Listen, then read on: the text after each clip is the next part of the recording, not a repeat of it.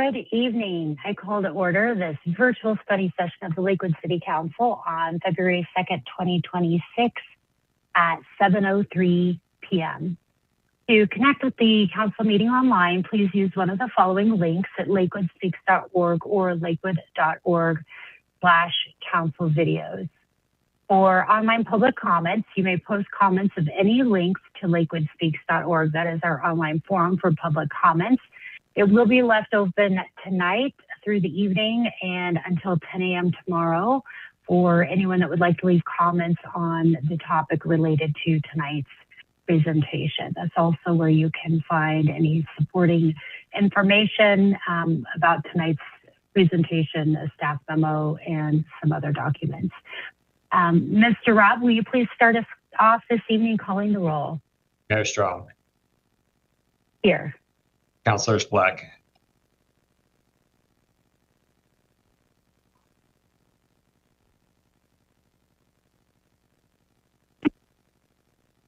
Oh, Councilor Black, are you there? Yeah, can you not hear me? I can now. Okay, cool. Here. Gotcha. Thank you. Cruz, I. Here. Cruz, K. Here. Furman. Here. LeBure. Lowe. Here. Nystrom. Here. Ryan. Here. Charzai. Here. Sinks. Here. Great. Everyone is accounted for, Mayor. Okay, thank you so much. And welcome everybody this evening. Tonight we'll be hearing a presentation from our city staff regarding the right-of-way acquisition process. And with that, what I'll do is I will quickly go ahead and turn over the floor to our Director, DeAndrea, Director of Public Works Department. Good evening. Thank you, Mayor. Happy to be with you here tonight. Let's get the slideshow presentation up.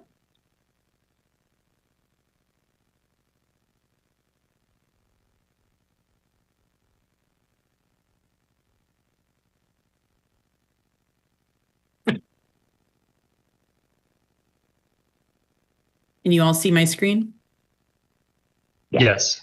Great, thank you. All right, so we have a relatively in-depth topic to talk about tonight. This item is intended to be only informational, so we are not going to speak about any specific properties nor any specific projects. Instead, this is just an intent to give council an overview of the process that city staff goes through when we're going to undertake acquiring private property from property owners for capital improvement projects. So I do have on the line with me our right-of-way agent, Brian Pedersen. He will be joining in to answer any more specific questions. And also our senior assistant city attorney, Gus Skank, is here as well. So I'll be leaning on them. Have a fair amount of, we have a fair amount of experience in this over my career at various other communities, having gone through this process. And so I think the message that we really want to get across most clearly is that we are very, not only guided by very specific policies, statutes, state statutes, as well as city standards, but also with an understanding that we want to be as fair and transparent with property owners as we can be so that they feel good about the process and don't feel like, we're trying to take advantage in any way. So we come at you with this from that perspective to start with. So just overview of the land acquisition process.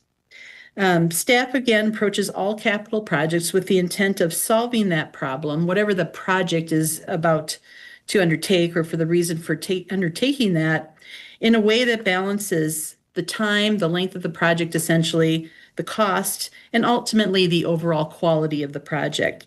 So acquiring additional property beyond the right-of-way that we already own fits into this because while it does cost money to acquire property and can impact residents, sometimes the best solution does require this. So these decisions are not made lightly. as it is acknowledged that acquiring property can be very impactful to property owners. Sorry, my slides keep jumping ahead. So the city does also not acquire land just in case or to an extent greater than what is needed for that specific project. Instead, the design that we ultimately come up with is focused on the minimal impact on the property while still being able to construct the improvements safely to get them in. And our end goal is to adequately convey that need to property owners so that we can acquire the properties based on a mutual understanding and agreement between the two parties. This slide just shows kind of our, as I said there, a snapshot of our current acquisitions. So we do have several very large projects ongoing, including the North Dry Gulch, which many of you are familiar with, as well as phase 2 of Colfax Safety Project, and then a couple of other large ones there. And what you see when like for the example in the first one, 23 acquisitions from 16 property owners. In some cases, we're acquiring perhaps two permanent easements, and a piece of right-of-way. And I'll show an example of that in a minute. And then temporary easements are on top of that. So in this example for the North Dry Gulch, those 23 acquisitions, again, are just permanent easements or fee simple parcels for right-of-way. That does not include temporary easements on top of that. So as you can imagine, a lot of conversations back and forth, a lot of education, which is what our right-of-way agent, Brian, does a lot of in his day-to-day activities. And really, this is very significant piece of work. All right. And then talking about property interest specifically, so we can acquire the property in two different ways. So the ultimate use of the property, how the city will ultimately use that, determines whether we acquire that via fee simple or as an easement interest. So a couple of examples to illustrate this. If we were constructing, let's say, a right turn lane that involved additional pavement, curb and gutter, that sort of thing, we would pursue that as a fee simple because the owner would not be able to use the area after the road improvement was constructed. So what that does is that allows us to get to, as it says there, complete and unrestricted ownership of the land. And it ultimately does reduce the size of that property owner's property. Whereas in another example, let's say we're putting in a storm sewer pipe underneath the ground, we would pursue a permanent easement because the owner could still use the land after construction, subject to certain limitations above where that pipe was laid. Temporary easements are acquired only for the duration of construction, and that allows, typically those are done to allow additional room for the contractor to safely perform their work. So for example, while constructing a retaining wall, additional room would be needed on the back side of the wall to place materials, equipment, or for the personnel to move around. But after the wall is built, the land where the temporary easement is located would no longer be needed, and therefore the agreement between the city and the property owner would expire. We do offer compensation to property owners for temporary easements, but not at the same level as a permanent easement. Here's just an example. This would typically be what you would see if we came before City Council to that notice of intent to acquire ordinance. So here a temporary easement is kind of hatched in orange. So you see this on the far right side of the screen there over a large area of this property. Have a little bit of orange up here as well, which would be temporary easements. And then as it says there, the blue is just a permanent easement. In this case, we're putting a new pipe through these properties, kind of on the backside to connect between Teller and Reed Street. And then here, where it's more out in the street, at these corners and at this end, we would acquire right away because we're adding additional street here. This would be most likely a pedestrian ramp at these two corners.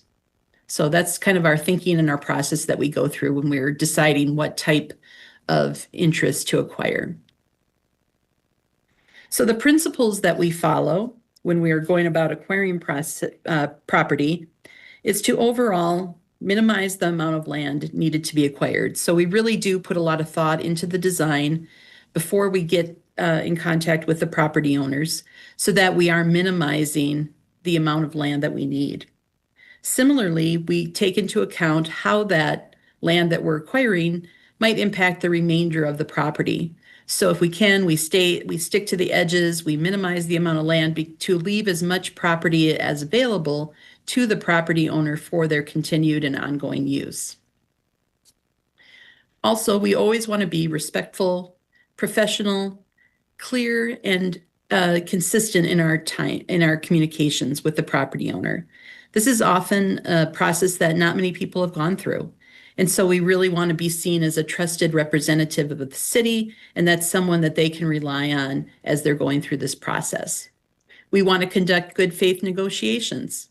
So always making efforts as much as possible to reach mutual agreement.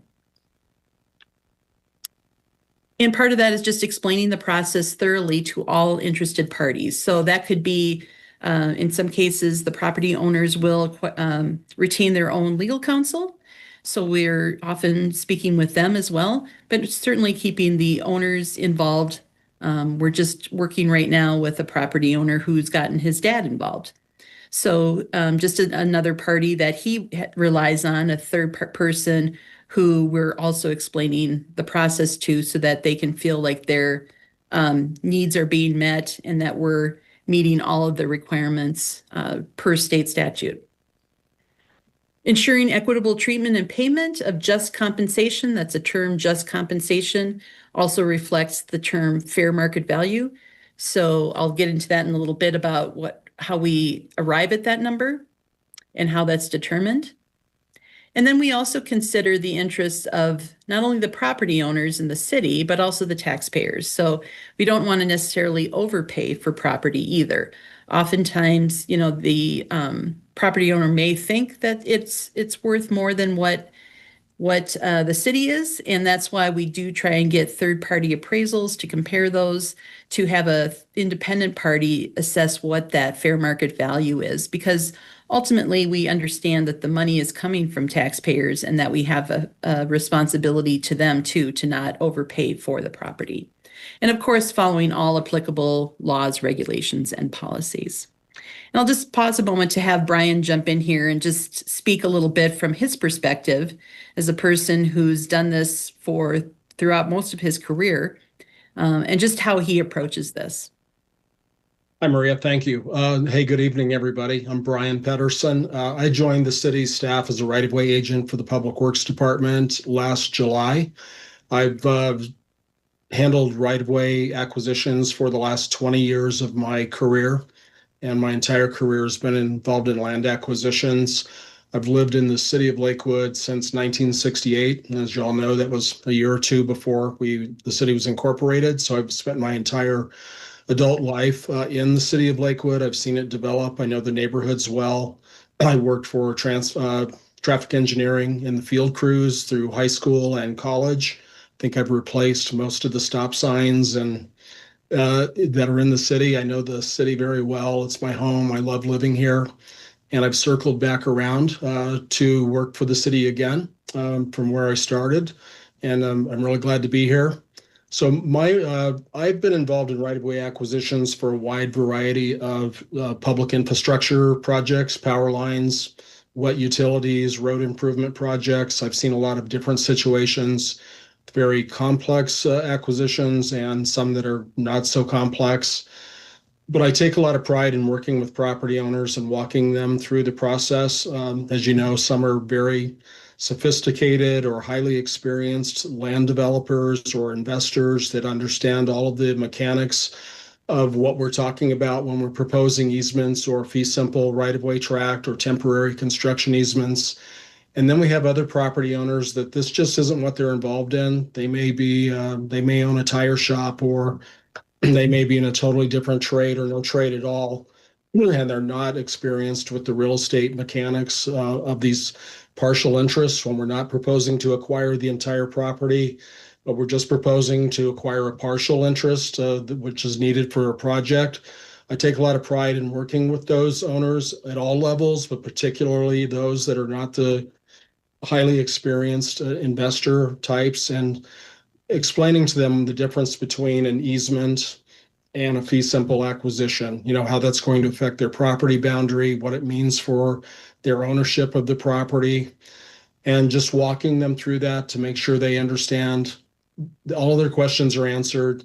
But I also take a lot of pride in advising them of what the state and federal laws grant them for their rights in terms of landowner rights for fair and equitable treatment, how we value properties that we don't offer less than the appraised value, explain to them how we derive the fair market value estimate, advise them when they have the right to obtain an appraisal of their own choosing at the city's expense, and walk through. I really enjoy walking through that process with all property owners.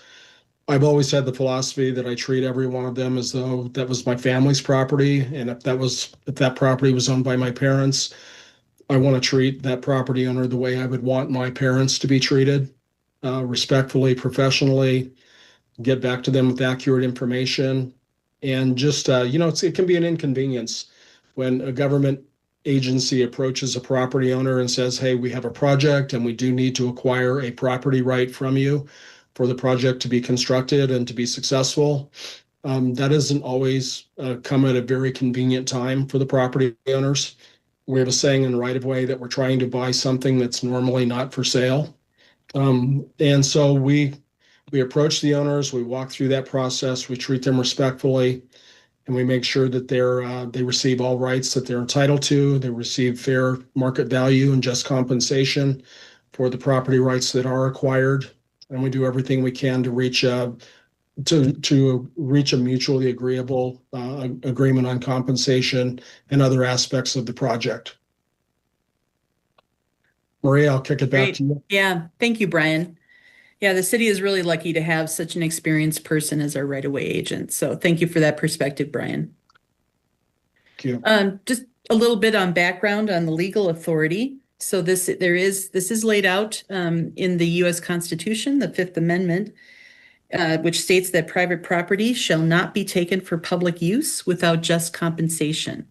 And that's been more clearly defined through what's called the Uniform Relocation Assistance and Real Property Acquisition Policies, which is also referred to as the Uniform Act. So oftentimes anything that has federal funding in it, which many of our projects do, typically when we get Dr. Cog funding for our transportation improvement projects, that does involve federal funding. So then we are required to follow the Uniform Act.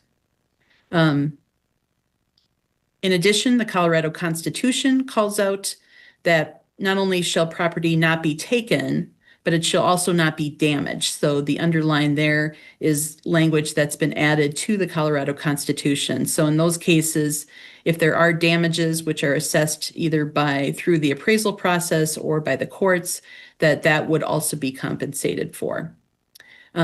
The Constitution also goes into language that talks about a good faith effort to negotiate before you get to the process of eminent domain.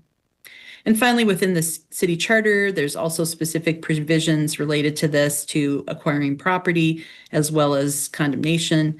And then Lakewood has developed a real estate manual too, which is sort of a guidebook for city staff to use for either acquiring or disposing of property when it comes about.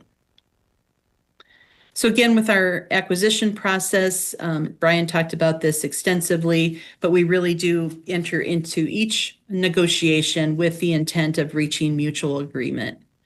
And our interaction with all property owners is that they really are unfamiliar with the process. And so how can we work to educate them throughout that?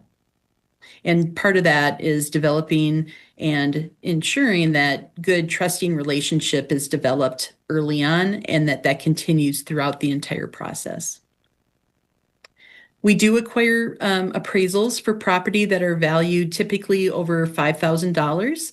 So if the piece of property that we're acquiring or the combination of property that we're acquiring from any one property owner exceeds roughly $5,000, we do go out and get an appraisal for that. So that's a third party, an independent entity that we pay to get that appraisal. And so what that does is ensures that the property owner receives fair compensation. The appraiser develops that appraisal, taking all of the factors into consideration as far as how the land will be used in the future, how it's currently being used. And then ultimately, again, we use that so that we're not overpaying for the property. We do also offer the property owner the right to acquire their own appraisal. And if that's if the land again is overvalued at over $5,000, and then they go through a good process where it meets certain requirements, we will reimburse them for that cost of them getting their own appraisal. So this way we have two documents to look at in terms of when we're trying to determine that fair market value. This list kind of gives an overview of the entire acquisition process. I'm not going to go through this in detail, but did want to just hit on a couple of high notes here. First of all, under number 2, that intent to acquire ordinance, as you can see, is required of City Council before any acquisition takes place. So this should give you some assurance that staff is not out randomly acquiring property on the city's behalf. Instead, we do need that City Council authorization before we even basically start the process. Typically, at step number 1 there, we have had at least a pre-acquisition meeting with the property owners to acquaint them with that we are going to start this. But other than that, we wait for the ordinance before we jump into the entire overall process. Secondly, as I mentioned, the property owners advise that they can seek their own independent appraisal. And the property owner also has the opportunity to submit a counteroffer. So we in that step 4 there, we notice our intent to acquire we send a letter notifying them that we intend to acquire.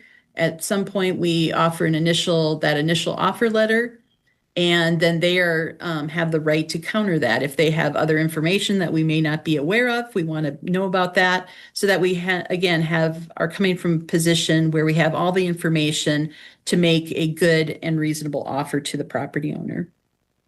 And then finally, if the city cannot reach agreement, as we show there if we can't get to number 9 for some reason, then we would evaluate whether or not to seek council approval to move to condemnation. And I'll talk about that in a little bit here. So if we were to go to condemnation, which is also that authority for eminent domain, what happens then? That would only, again, the decision to utilize that is not made lightly. Instead, that would be a thoughtful process that we discuss internally before bringing that resolution to City Council for consideration. So that is a 2-step process again. So council so we saw on that previous slide, that number 2, intent to acquire ordinance, does not authorize condemnation. Instead, that would be a separate action. After we got through all of these steps and could not reach agreement, then we would bring a separate resolution to City Council that would outline the steps we've gone through, the negotiations we've done with the property owner before coming to this point. And if that was to move forward, then if we did get that authorization from City Council, then ultimately that would be an action through the court, typically a judge who determines that just compensation. So it would be not necessarily a trial, but a hearing before a judge of some sort. So in summary, really, again, every effort is made, as we said, to minimize the need to acquire property to begin with. But if we have to go down that road, we want to do that in a very respectful and transparent manner so that we're conducting not only good faith negotiations with the property owner and explaining the process to them, but making sure that we're treating everybody fairly and ultimately paying the appropriate compensation for acquiring their property. And then again, recommending eminent domain only when necessary. So with that, I'll wrap up my presentation and make myself available, or Brian, for any questions and further discussion. Thank you. Thank you for walking us through that. Council, do we have any questions? We do not have any direction we need to give staff tonight. This is purely Q&A.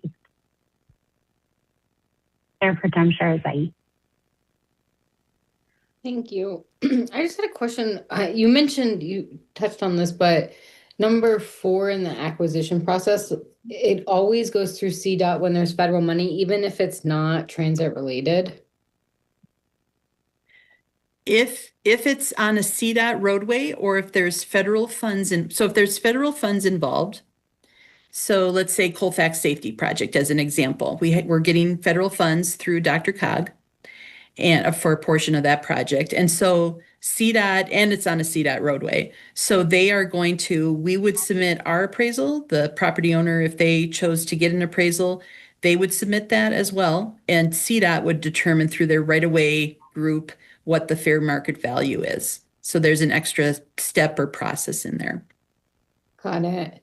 And then just one more question, the item above that, number 3, do you take the most recent environmental site assessment, or is there a requirement that they get an updated one? And if so, who carries that cost? Sure. Yeah, it'll be a bit, I'm just going to share my screen again so we can go to that slide. So it probably depends on the age of that sorry, there we go. It depends probably on the age of when the environmental assessment was done. If we're looking to, tear down a building, let's say, we would obviously want to look for asbestos, things like that. If we're just taking a corner, we may not even want to do like an environmental assessment. I think it would depend on how much land are we taking, if there's any potential for impact there, and that would help gauge whether or not we needed to do something additional. Yep. Thank you.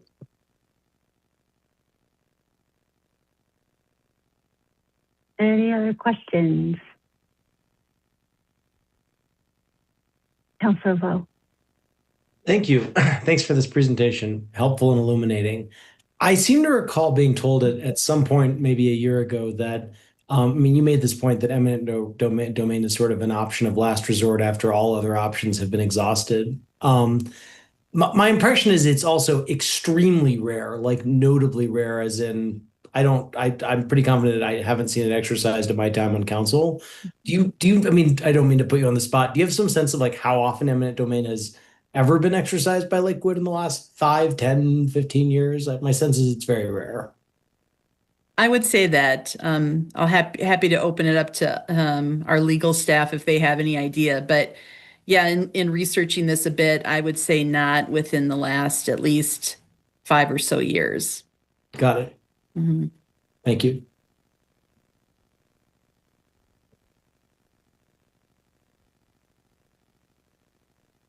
Oh, hi there. Gus Gank. I didn't know if you wanted me to join in, and my computer's moving slowly at home, but Gus Gank on behalf of the city attorney's office. Go ahead. I apologize, Mayor. I'm stepping on everyone's toes. Councilor No, Lowe, you're fine. it is very rare, just a handful of times. And looking through old documents, I see some from 2009, 1 or 2 from 2012. There was a few done for an RTD station, but since I've been with Public Works the last 3 years, haven't gone to condemnation once. Got it. Well, I'm sure we're all appreciative that it's an option of last resort. Mm-hmm. All right. Any other questions? Quiet crew tonight. Yeah.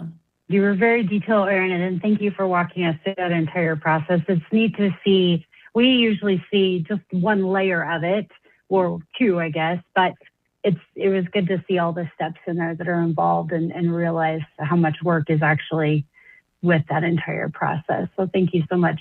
Thank you. Both to our Public Works staff and to our legal staff, and especially Director DeAndrea for being here to join us this evening for that.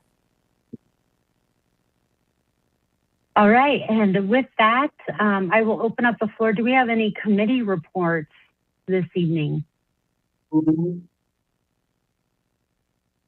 Kind of early for committee reports. I know we just got everybody assigned. Mayor Pro Tem.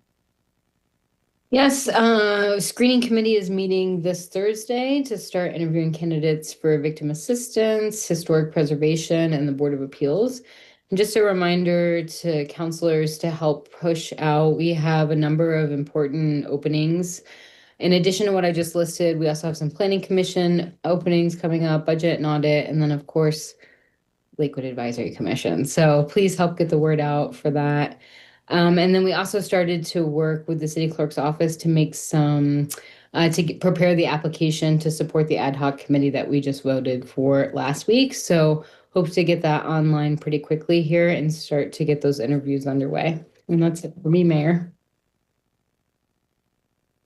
Okay, Councilor Lowe. Thank you. Housing Policy Committee will meet next Thursday, February 12th at 6 p.m. tentatively, but should be posted on Lakewood Speaks within the next week or so. By popular demand, due to a number of members mentioning that this would be helpful, or the balance of the discussion will focus on homelessness response and outreach programs. We'll be hearing from a number of different folks in the city that work on sort of the holistic collective city response to how we do outreach to our unhoused residents. And I do expect, although the folks attending that are still being finalized by staff, that someone from the CAT team will be there. So don't miss that. I'm sure other folks who aren't on HPC, if they really feel like listening into that, are welcome to do that, as are the community. That should be posted soon. We'll also do an overview of a couple of sort of upcoming topics HPC is planning to tackle in the months after that.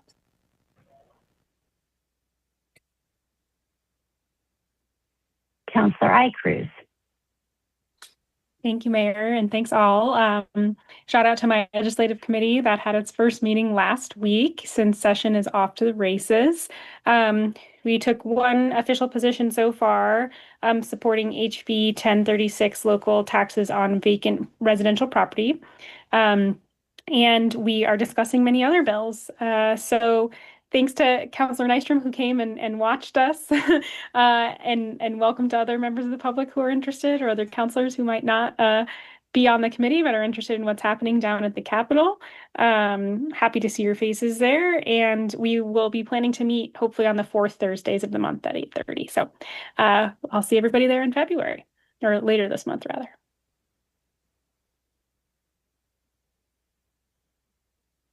All right, thank you, everybody. Any last committee reports?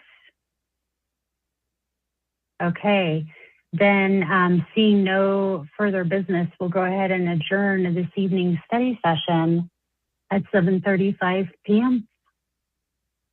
I'm so not even ready for my gavel.